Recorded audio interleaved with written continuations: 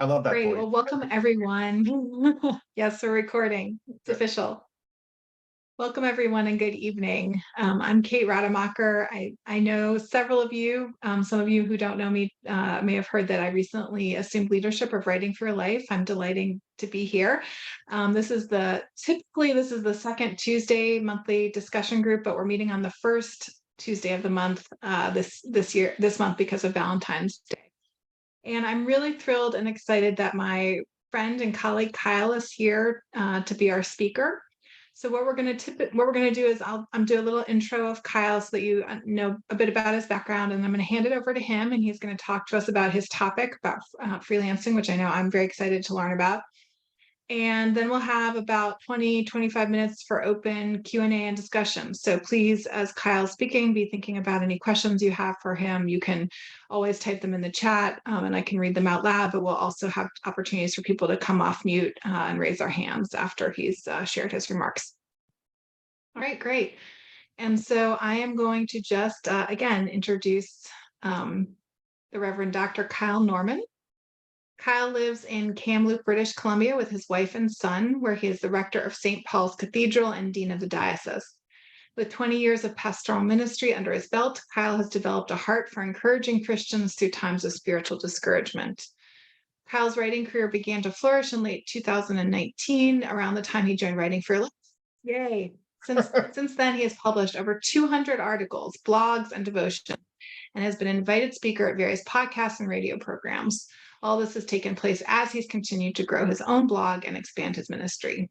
And I'll put Kyle's website in the chat for those of you who may want to be in touch with Kyle after the event. So Kyle, thanks again for being here. I'm really excited for this discussion. And why don't you go ahead and take it away?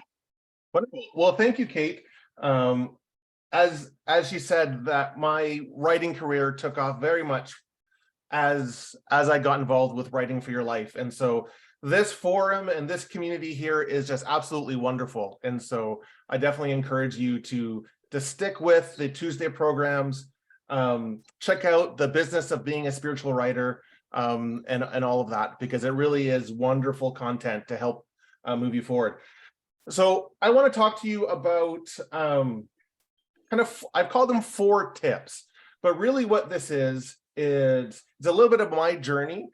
And the tips are generally decisions that I made along the way, which seem to just help me get over that next step as I'm trying to grow my writing and trying to achieve the goals that I set for myself. You know, as I look back on, where I am now as opposed to when I started, these are some decisions that I seem to have made along the way, which seem to have made a difference. And so hopefully they resonate with you. They might not be incredibly profound, but hopefully they mean something. So the first tip is this: claim your identity as a writer. Claim your identity as a writer. Kate and I have talked about this often. For some reason, us writers seem to put, a big burden of being a best-selling author as the indicator that we are actually a writer. We would never tell, somebody who plays music that they are not a true musician because they've never won a Grammy. So why do we say that, well, I've never published a book, so I'm not a true writer?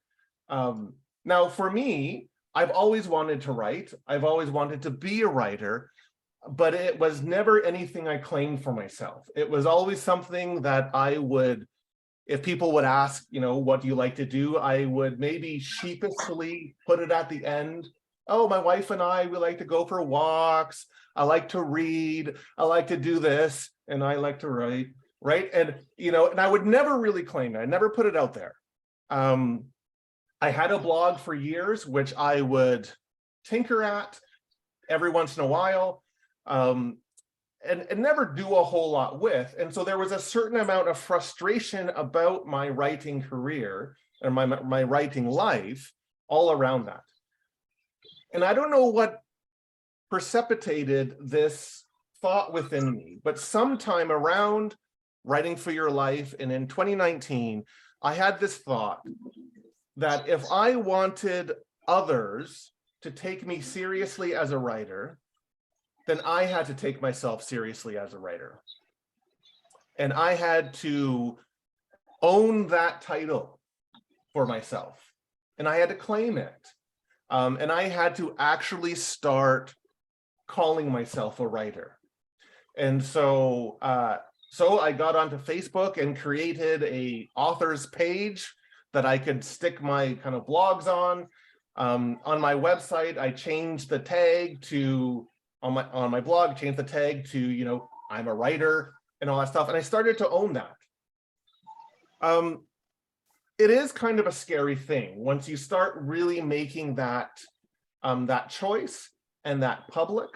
I had one instance where I had a colleague of mine who noticed this change in me and said something, "Oh, I see you're calling yourself a writer now.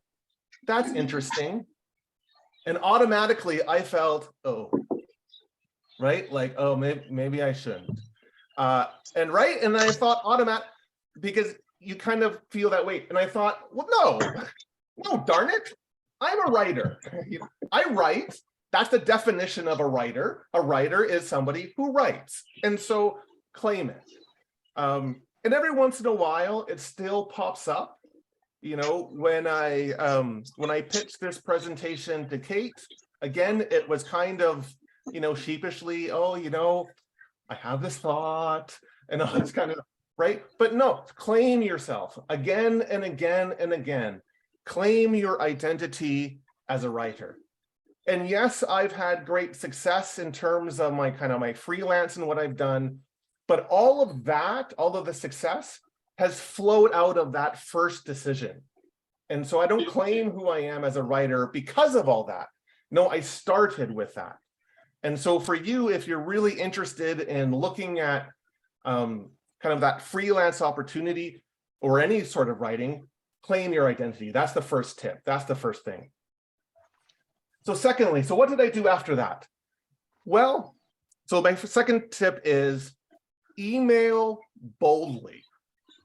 Email boldly. So when I was sitting, and this was again in 2019, I think probably around the summer of 2019, I thought, you know, I want to claim who I am as a writer and I want to put myself out there.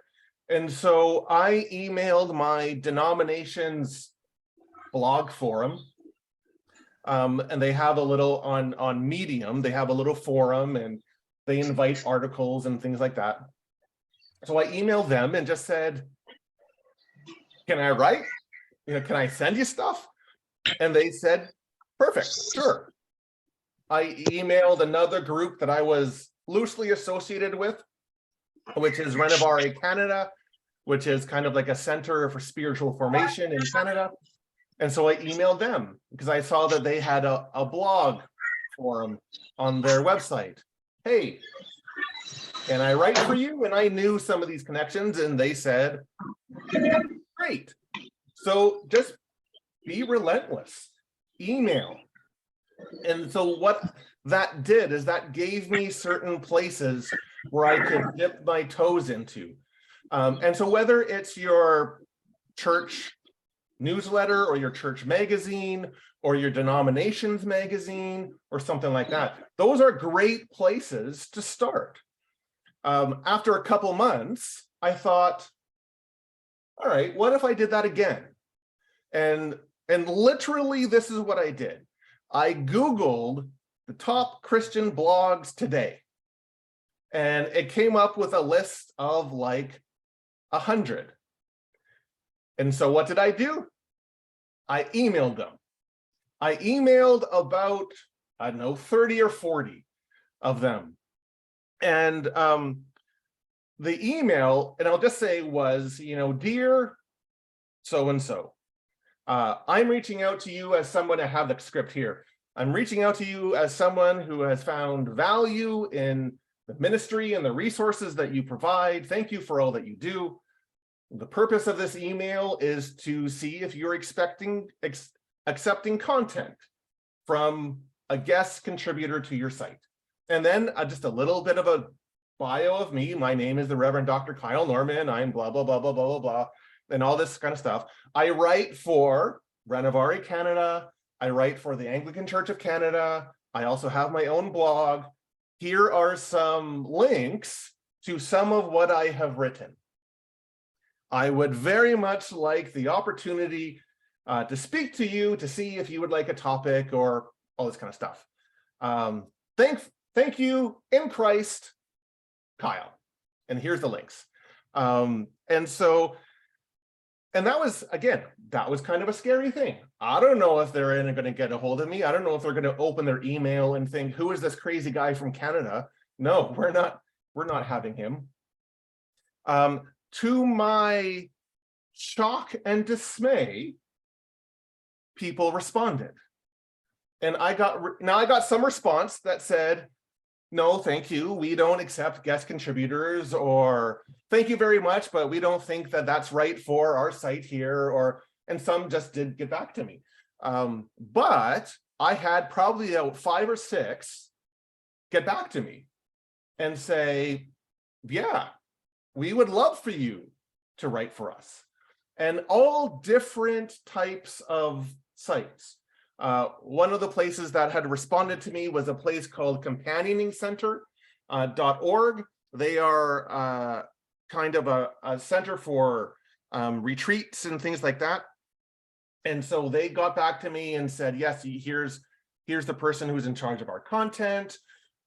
We would like a little bit longer forum. This is what we're looking for. Another one was thoughtsaboutgod.com, and they do 300-word snippets. And they said, yeah, you can send us whatever you have and we will put it on. The reality is, and I think it's still the case today, but particularly when I did that in 2020, it was the pandemic. So people were starved for content. And I think that's still the case. People want content. And there are content managers and their editors who can't do it themselves and are willing to work with people who really, who are going to submit something. And so email boldly, just present yourself out there. You might get a no, you might not get a response right away, but you might get those responses that just move you up to the next level. And again, so probably, between emailing my denomination and emailing these random sites on the internet, there was probably a good 6 months along the way. I didn't include this in one of my tips, but another tip would be recognize that all of this takes time. It's not instantaneous. And so, journey with a couple people, your denomination, your church, or whatever for a while, and then maybe try to search out some other places and expand your repertoire and all this kind of stuff. It does take time as you go along. But there is nothing wrong with putting yourself out there. There's nothing wrong with you saying, hey, I'm a writer. This is what I like to write on. I think it could benefit your audience. What do you say? And just see what happens. My third tip is follow your opportunities. Follow your opportunities. Like I said, I emailed random people. And I would research them. I would see what their gist was. I would spend some time on their site so that I could legitimately say, hey, thank you for all that you do and all that kind of stuff, and try to get the flavor of one of their sites. But when somebody emails back and says, yes, we'd love to kind of talk with you, we'll work with them.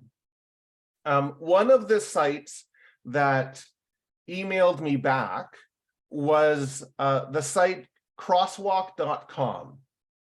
And I don't know if you know crosswalk.com. At that point, I don't know where it is now. At that point, it was the second most popular blog on the internet. I think it was Christianity Today was #1, and it was crosswalk.com #2. And so they emailed me back and said, yes, let's chat. And I thought, great, this is wonderful. Now, here's the thing about crosswalk.com, and I'll just be completely honest about this. Crosswalk isn't necessarily kind of the pool that I swim in a whole lot, right? So they write for a lot more of, let's say, a big E evangelical audience. So they have, their site is filled with hard-hitting pieces such as, should Christian women wear yoga pants? And the truth of the Catholic Church. So that's not exactly kind of what I swim in. We're often told, if we're thinking about social media wise, to niche down, right? What's our audience? And then you go to that audience. I think, and I don't want to disagree with that, but I think that there is something important about recognizing that your voice can actually bless a wider audience. So I like to think about it as, Crosswalk might not be the room that I like to hang out with most often, but it's still in the same house, right? And in reality, I've actually had a lot of success through Crosswalk because I don't fit their mold, right? I'm offering something which is a little bit different than just the yoga pants article that they seem to get a lot of, right? Now, have I gotten emails that say, you should retract your article and just tell people to believe in Jesus more? Yes, I have, right? But I've also gotten a lot of emails from people who have said, thank you for understanding where I'm coming from. Thank you for your article. You have really helped me through this time, or whatever it is. So now, obviously, if you're writing, say, on parenting, don't pitch yourself to like guns and ammo, right? Like you do want to be in the same world in some sense, but don't be so concerned about, well, this really isn't my audience. No, like I think that there is a space, and if you follow your opportunities, you can explore that.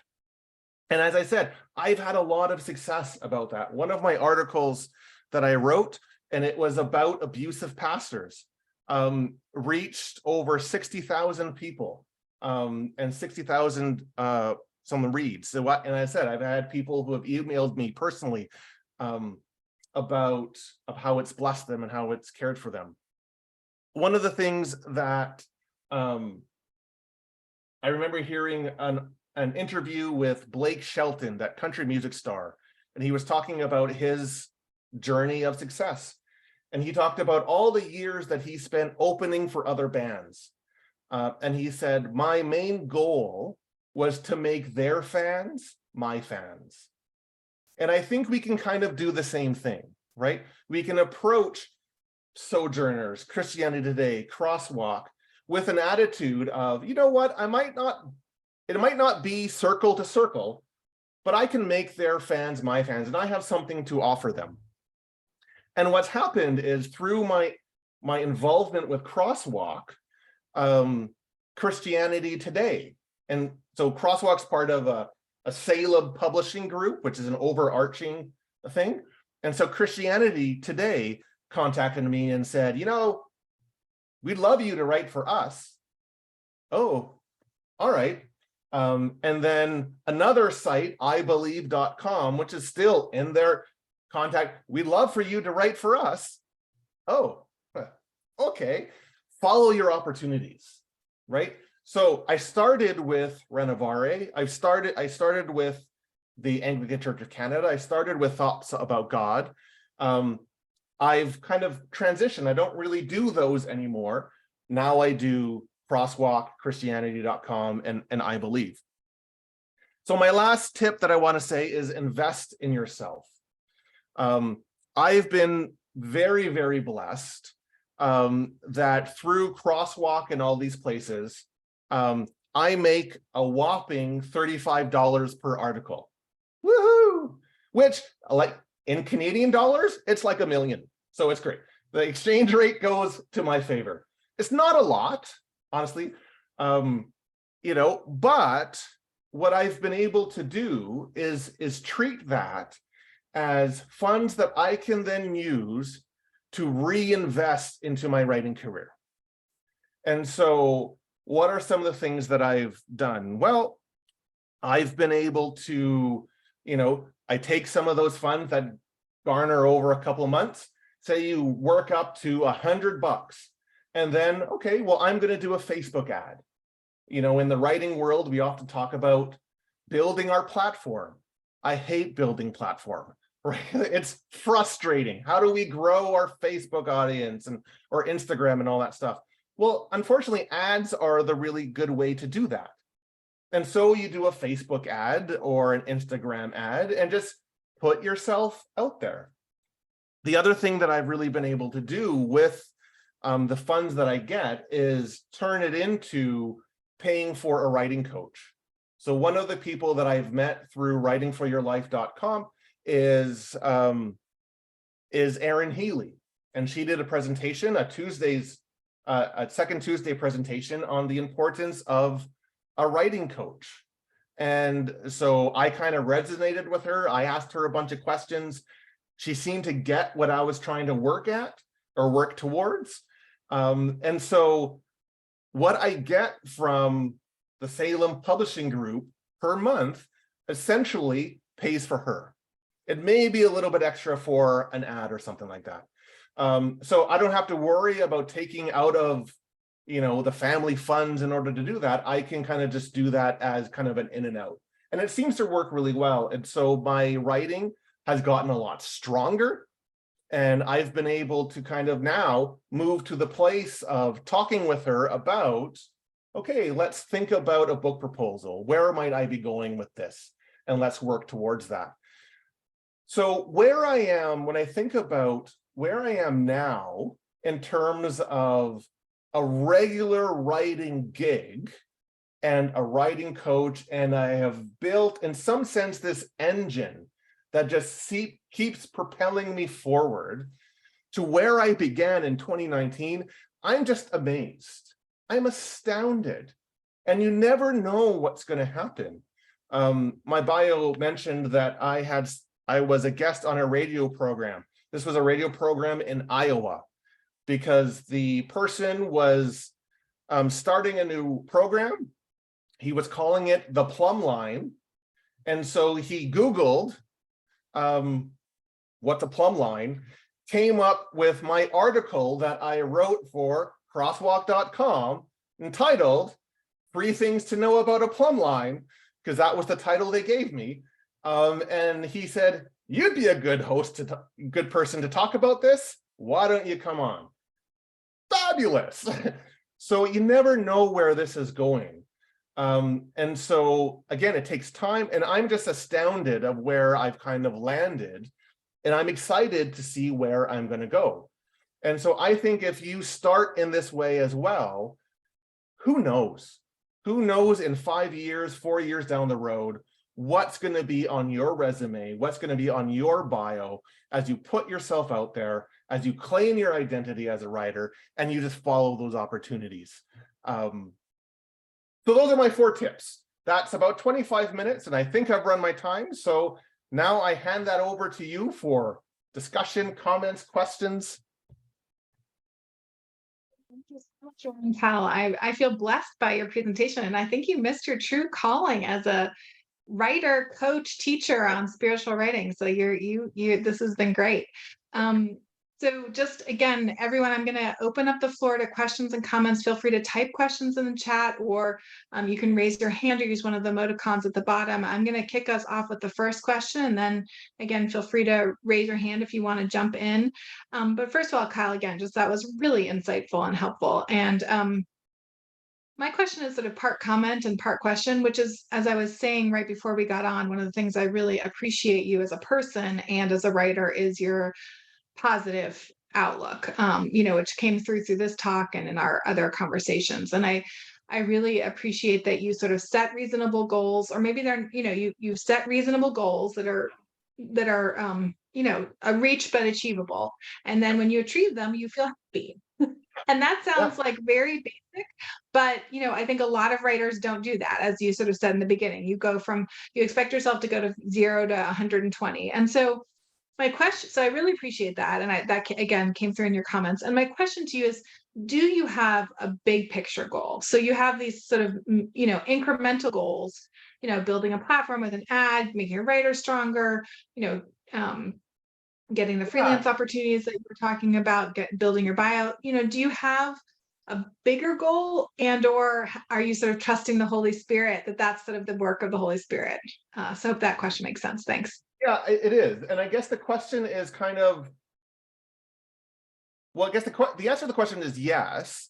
You know, so in some sense, I have put forward this big lofty goal.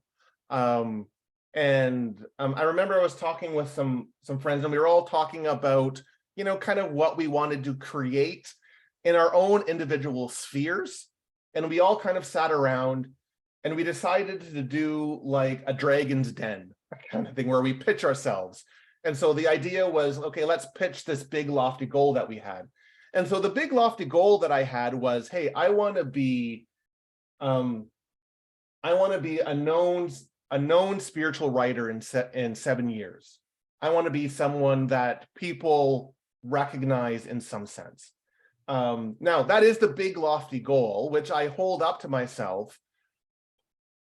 And yet I recognize that the call of the Spirit is a lot deeper than that. So I guess in some sense, I hold that up as to, yeah, I want to build towards something. But I also recognize that, in some sense, it's more about the journey than it's actually achieving that kind of accolade in some sense. And so all the goals are about me wanting to expand my blog, move toward a book. Let's be honest, I do want to do that. I do want to publish. Would hopefully publish a couple. And so I want to move towards that, and to be known as a Christian spiritual writer in that sense. But there is this understanding that one of the reasons why we did 7 years is because it takes time. And the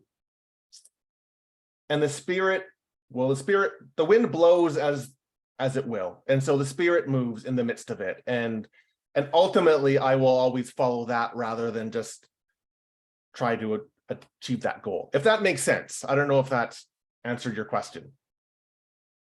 Yeah, that's great. I like that. And also sort of being known is kind of that's a metric that's got, subjectivity in it too. So I think It is. that's, Yeah. that leaves space for the Holy Spirit as well. Yeah. So there's 2 questions in the chat. And I'm curious about this one. And then again, if folks want to come off mute, please raise your hand or just do so in a moment. The question from Sherry is, do you mainly pitch ideas or do the blogs give you a specific assignments? And then when I read you the other question, if you can tell us briefly about your Facebook ads and what your call to action is, whether you invite people to visit links to your published pieces or to your blog or some other thing. Sure. Thanks. Yeah. So the first question, about the pitch ideas and the blogs, it really depends on the site. And so when I started with crosswalk.com, they would give me titles. And so and crosswalk.com really wanted to do what they called listicles. So they wanted 3 reasons why, 4 reasons for this, 10 ways that you've been raptured, or whatever it is. And so they would present me with about 7 or 8 titles, of which I would choose from. And some of them were can women be pastors? Well, I don't want to write about that. you know, or say, well, what is a plumb line? Oh, well, that might be something that I can work with, and all that kind of stuff. And so, so I would, so Crosswalk would give me lists or would give me titles. Christianity.com, they wanted me to be a premium writer. And what that means is that on Christianity.com, my articles are only fully seen for people who subscribe to their site, right? And because I'm a premium writer, I get to just send things in, and I have an editor I work with. And so, but I get to kind of self-define that. And then I believe they send me different ideas. And then I could, so I believe is kind of a both and. I can pitch or I can receive what they kind of have on their list. So when you reach out to a site and you have that conversation with them, it will kind of be a back and forth. They might say, yeah, send us what you got, and we'll put it up. Or they might say, great, here's some titles that we've been thinking about. Are there any that you think that you would want to work with? Christianity.com is about 1,200 words. Crosswalk was about 1,500 words. Thoughts About God was 300 words. And so then you kind of learn the dynamic also of working within word counts. So yeah, so it really depends on the site that you're looking for. Facebook ads. So I've done everything. So the beauty of Facebook ads is that you can actually decide what you want the Facebook ad to do. So you can design a Facebook ad, and the way I design it generally is it's an image with, it's a meme, essentially. I'll put forward a meme in some sense. And then you can do a call to action button, which is learn more, which directs you to the site. And I've done that to try to direct people to my site. If I'm doing Advent reflections or Lenten reflections, I will do that. I have done it as check out my blogs here, go there, to try to generate traffic to my blog. What you can also do on Facebook is you can just try to garner likes. And so you put forward this meme and hopefully you get 1,000 likes. What you can do from that is you can invite everybody who likes your post, you can invite them to like your page, right? Or to follow your page or something like that. And so again, if you're thinking about platform building on the Facebook metric side, that's a really good way to hopefully just bolster your numbers. So you have 500 people who like your page, and you want to get to 1,000, let's say. Well, you put forward me and you do get a whole bunch of likes, invite them, and then you might go up by 200. I will say that when I do Facebook ads, I always run the same way. So you can set your budget. Generally speaking, you don't want to go below $3 per day because you're not really going to generate a whole lot of site onto your ad. So when I do a Facebook ad, I do it, and it can be costly, and do it as it works for you, but I do it for $9 a day for 10 days. And I start on a Thursday because I want 2 weekends. My theory is people probably spend a bit more time on Facebook on the weekend than during the week. And so I want 2 weekends to maximize my time. And so it costs me $90 to run that. And that is a fair chunk of change. But again, I'm just using it from those funds from Crosswalk. So it's not dipping into my savings at all. And some ads work really well. Some ads don't work really well. Like it's, I can't give you an exact science for that, but that's just how I approach it. Thanks, Cal. That's really interesting and helpful. Are there other questions from the group? And does anybody want to come off mute? If you can't get the emoticon to work, you can also wave. Sue, you want to jump in? Yeah. So Kyle, you were talking about writing for places where you didn't really totally fit. And that this is such struggle that I have a little bit. How to choose, like, where is the line that you don't want to be aligned with a publication that is harmful in any way. So I just wondered if you have some tips on how to discern that. Yeah, and in some sense, I've struggled with that as well, particularly when I see, when I see the posts of, should women be pastors? And my article would be like, yes, the end. There you go, right? And so in some sense, I struggle with, oh, what does it mean for me to be writing? And so for kind of a publication where that seems to be what they're wrestling with all the time, in some sense, or if they talk about, yeah, and so it's just, that kind of deep inequality. And so I think the only thing that I can say is I recognize that as much as, let's just say, Crosswalk, and that's not the same for Christianity.com, and it's not the same for I Believe, but as much Crosswalk seems to be a little bit more rooted in that. As much as they are, I also recognize that not every one of their readers are, right? And so because not every one of their readers are, I can lend my voice. Now, I don't pick up the toxic things, right? And so if there's going to be something which I think is going to be adding fuel to the fire, I don't want to associate myself with that.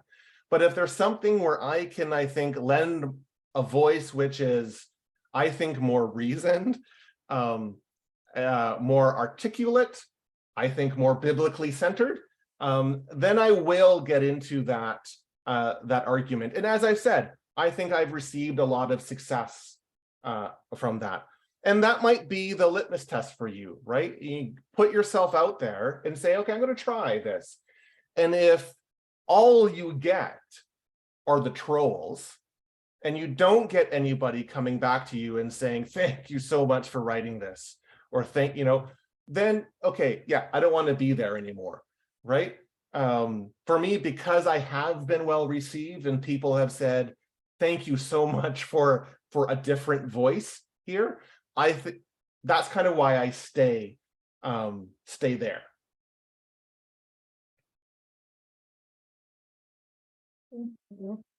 And thanks, Sue, for that question. It's a really interesting one. Jenny, do you want to jump in? Yeah, hi. Thank you, Kyle. I agree with what you're saying, and I just wanted to kind of also speak to Sue for a second. I've been well published, and I was so worried about letting my precious gem go to the wrong place that I didn't want it to go anywhere almost. And I got a book deal with an agent who's way more conservative than I am.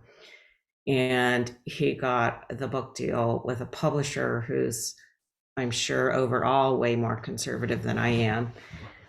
And it has been a spectacular experience. And I had to let go of some of my own judgmental attitudes about what they would or wouldn't like. There were a few points where I stuck to my guns and I said, no, I am going to use Buddha in this example because it's the right example. For instance, when they didn't want Buddha. And I also put in a few things that they wanted me to put in when I wouldn't have maybe been quite as Susie Christian, but they, when I said that's not my voice, I do pray to Jesus and believe in Jesus. I'm not saying that I don't, but that isn't the voice I use when I pray. Yeah. So I didn't use the sort of personal, very friendly, more of the, what has traditionally Sure. been Yeah. more conservative. Yeah. And they honored that. And I would say, don't cut yourself off yourself. I also got published in Spirituality and Health, which people can think of as on the other side of things, right? The guy loved what I said. I would like you to do more of this. Yeah. So I have been the limiting factor, and I agree with Kyle on that in terms of claiming who you are and investing in yourself, but don't let yourself be the limiting factor. Yeah. And what you put out. And my mentor said to me, you take care of the depth and let God take care of the breadth. And that was the best advice I ever got, because where it goes is where it goes. And my job is to make it excellent. Right. Yeah. And then it can go wherever it goes. So I found that, I don't know, that personal experience. I hope it's Wonderful. okay. Yeah. Well, and as much as it might seem like I've kind of slagged on crosswalk.com, they have, and to Jenny's point, they themselves have also not tried to limit me, right? I'm a Canadian Anglican. Like, I come from a fairly, even not just, well, in terms of big evangelicals, a liberal background, definitely, but also I come from a liturgical background, right? And so the way I talk about faith and spirituality, in some sense, is completely different. And I have been warmly received, and they don't limit me and all that kind of stuff. And so, every once in a while, there's the trolls. Another tip is don't feed the trolls, right? Like, sometimes I have to remind myself, don't read the comments, and all that kind of stuff. But as an agency itself, they haven't limited me. They haven't tried to force me into their mold. They've actually been really supportive and actually have garnered a lot of more exposure, and they're wanting me to always do more because it's being so well received.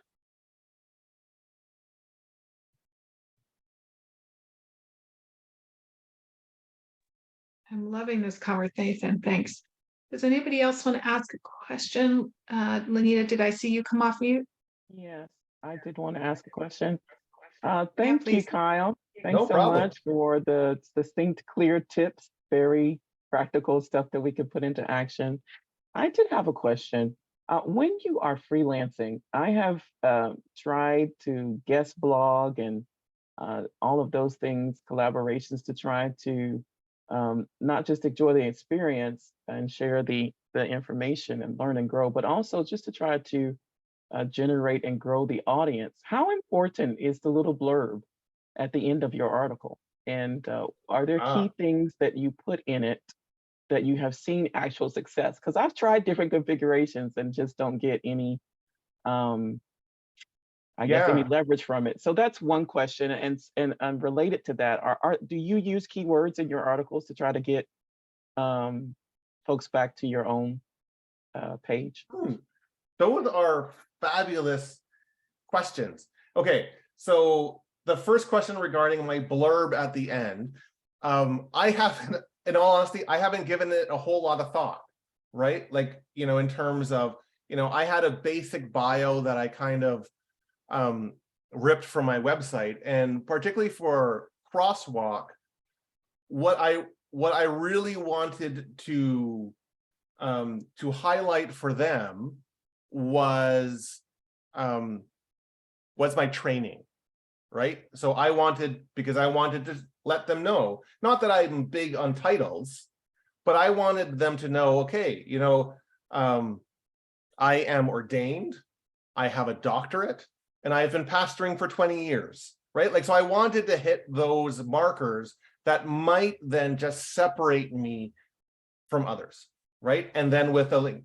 And so I would say, think about what separates you from other people also writing, and try to hit those things. And then obviously, hey, find out more, and you include the link to your own site.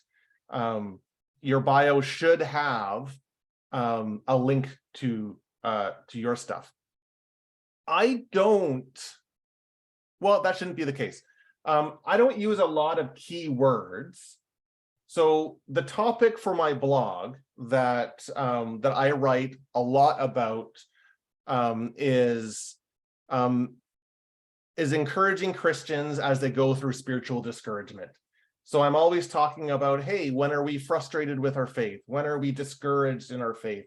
What encouragement can we have? So those are, in my own writing, those are what I'm often kind of talking about.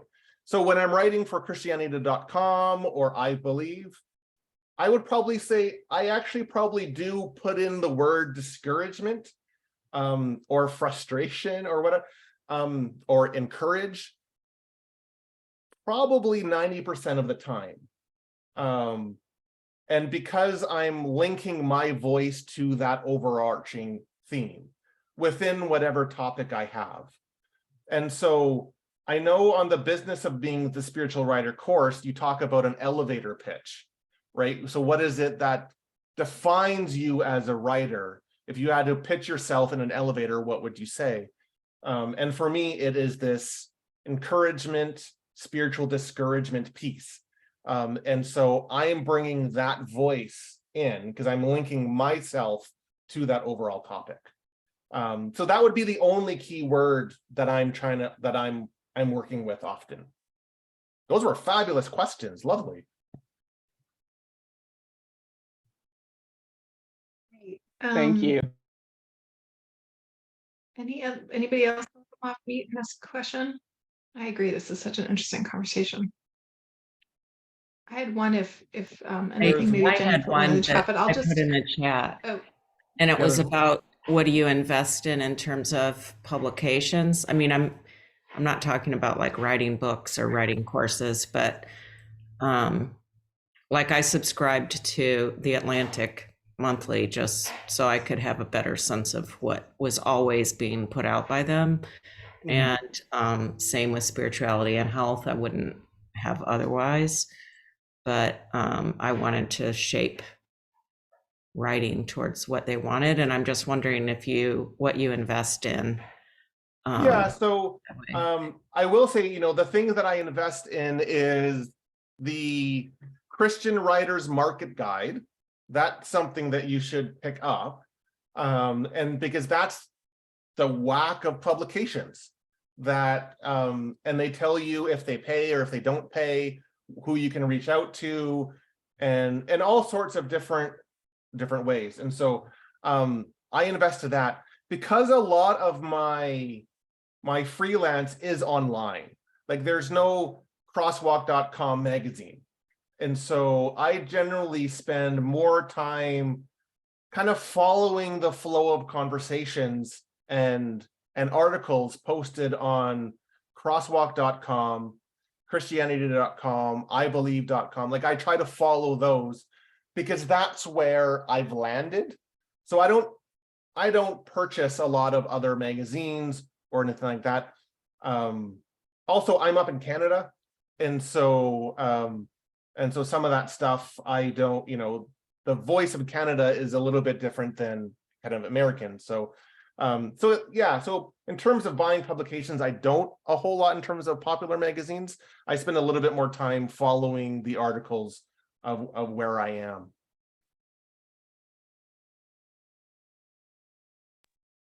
great. Thank you. Really interesting. Other questions? I want to, I'll return to Lenita's comment about guest blogging. One of the things that, because it's how I started, just sending these random emails saying, hey, can I write for you? One of the things that I've tried to do is on once a month. So Sue Fulmore has written on my site is have once a month, have a guest blogger, because I want to encourage writers, right? And spiritual writers. And so if you're looking for a spot, email me. And then we can talk about kind of what I'm building up on my site and how that you might fit into that. And so email me, and I'd love to have you on my site there. Well, thank And you for for all that of you. generous Yeah, yeah. offer. And if folks want to take you up on it, could you both put in the chat your website and maybe say it out loud for those who are tuning in with the recording? Absolutely. So my website, my website is revkylenorman.ca. I'll put that for everybody here. Hold on a second. Everybody. That's my site, and my email is Reverend Kyle Norman at gmail.com. Oh no, sorry, it's Rev Kyle Norman, not Reverend. That was already taken. It's Rev Kyle Norman at gmail.com is my email. So yeah, so email me. You can yeah, absolutely. Yeah. Wonderful. Any other questions for Kyle? Kyle, maybe also while we're seeing if any other questions come in, and for those who can't raise the emoticon, you can wave. Can you just repeat the 4 tips, just the highlighters, so that we Absolutely. can take notes? Perfect. Yeah, so the 4 tips that I had was claim your identity as a writer. The definition of a writer is somebody who writes. That's you. So claim your identity as a writer. Secondly, email boldly. Put yourself out there, right? Just be radical, be bold. Thirdly, it was, how did I put that? Follow your opportunities, right? Make other fans your fans, right? Follow your opportunities where they arrive. And fourth, invest in yourself. And for that, I talked more about financially what I did, but you can talk spiritually, you can talk emotionally. You know, what does it mean for you to invest in yourself as a writer? And you can take that all sorts of ways. And, you know, and that's just also a good tip. I love that idea of investing in yourself as a writer, not just financially, but spiritually and emotionally, Yeah, and absolutely. also time. And that may be a good final question to add on. Jenny put another question in the chat, which I really like, because you sound like a busy person, and a lot of us are very busy people. And so Yeah. can you talk about sort of your cadence of writing and platform building, and sort of how you balance that with family and also your busy Absolutely. church life? Yeah. And there's ebbs and flows to this. So one of the things that I have been blessed to be able to do for the last couple of years is I've always been the principal person to drive my son to school. And so I generally start my work day at 9 o'clock. My son gets dropped off for school just before 8 o'clock. And right now in Kamloops, I'm blessed that his school is right around the corner from my church. So I go to the office at 8, and then I have a pocket of about an hour where nobody really knows that I'm there, and I can kind of get to some writing. And so I do that. So that's kind of the main pocket. The other thing that I try to do is on Fridays or Saturdays, if I can get to it, that's a little bit less. But I have a family that's also really supportive of that. So generally about 2 hours on a Friday, which is my day off, or on a Saturday, if I can claim that, I do that. So I was, you know, one author that I wrote, I think it was Austin Clayon, talked about finding time to write. And he said, I find time to write like I find spare change in the cracks of other things, right? And so what is the crack that I can find? So 8 o'clock to 9 o'clock, it's a crack of time that I can insert some writing. If I can find a crack of time Friday evening, Saturday morning, before my son gets up, before we go grocery shopping, I can do that. So that's kind of how I work with the rhythm of my own writing. That's great. Well, we're almost at the hour. I do just have a couple of announcements and again want to first of all, thank you, Kyle, for Oh, your you're time. welcome. This has been so insightful and interesting, and the questions have been fabulous. And just really want to thank you. And again, as I said, you may have missed your vocation as a writing teacher, or at least a writing coach. So I also want to make sure that everybody knows about the Writing for Your Life conference in Atlanta. This is going to be one of the first conferences when we're back in person, which is really exciting. And it's coming up pretty quick, about a month from now, March 6th and 7th. Again, in Atlanta at Emory. And I was really lucky because I got to stop by Candler the other day and to see the space, and it's going to be really lovely. And I will also give you all a heads up, sort of, should probably stop recording, but Barbara Brown Taylor is our featured speaker, and she's spoken a lot for Writing for Life over the years. And I actually saw her speak. That's how I first got into Writing for Life in 2017. But she's shared with us that this is going to be her last Writing for Life conference, just because she's sort of retiring. So if you want to hear Barbara in person, this may be one of your last chances. Hope you can join us. And write me with any questions I don't mean in person ever, but at least with Writing for Your Life. And she's been such a great friend and supporter to Brian Elaine, the founder, and to me. So we're so grateful for her willingness to do the Atlanta event. You can email me if you have any questions about that. We do meet every Tuesday, typically the second Tuesday of the month. And so we'll be back on next month. Let me just pull up the date so I can say that to you all. It'll be March 14th, and Molly Bassett is going to be our speaker, and she's fabulous, another writer, pastor. So I hope you all can join us. And again, just really want to thank you, Kyle, for joining. And maybe you could just say your website and any final closing words again that you want to send us forth into the world. Well, and so my website is rebkylenorman.ca, and so you can always connect with me through there. I will riff on the kind of dismissal that we use in my church, and I'll just change it a little bit. Go now in peace to love and write for the Lord. Thanks be to God. Amen. Well, that's a good sending forth. Well, thank you all so much for being here. It is such a blessing. I really feel so energized and lifted up by this conversation. So grateful for each one of you, and hope we get to connect again in person, perhaps in Atlanta, and if not, online. And we are going to also just be staying tuned, keep an eye on the website or the emails that are going to be offering more kind of midweek offerings starting probably in April. So stay tuned for that as well. Thanks again, everybody. Perfect. Take care. Great. Thank you very much. Good night. Good night.